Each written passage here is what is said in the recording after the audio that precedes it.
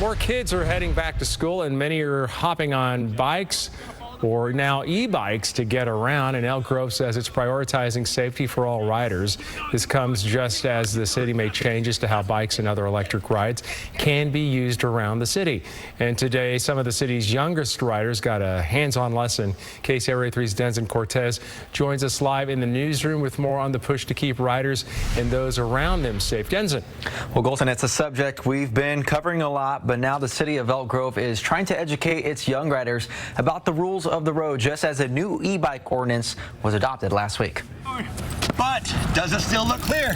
Oh my gosh, oh, you made it. Okay, you're safe. Keep going, keep going, keep going. On this course, a good ride starts with a good stop. And for these young riders in Elk Grove, and now you're ready to move on to the next one. Every cone, every turn is a lesson in sharing the road. We want to teach the younger riders the rules of the road. Not everyone knows about using hand signals or what speed limits or just how to maneuver their bikes. The bikes on this course aren't electric, but the city says these lessons come at an important time for riders of all kinds. All those in favor, please say aye. Aye. Aye. Thank you. Just last week, Elk Grove adopted new rules for e-bikes and other electric rides. So Elk Grove is not unique, but we are also one of the many communities in the region that has experienced significant numbers of e-bikes and e-motos on the road. And with more electric rides on the road, the concern growing over where they're being ridden.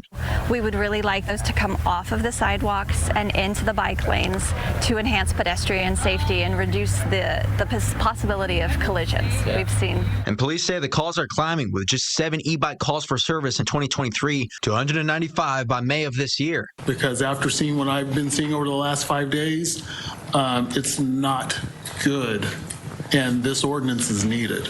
The rules prohibit reckless riding or trick riding and give police authority to write citations and impound bikes or scooters if necessary.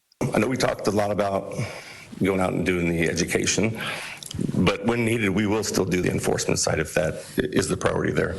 Because whether it's powered by battery or a pair of legs, the safest riders, That means, hey, I'm about to stop, are the easiest to read.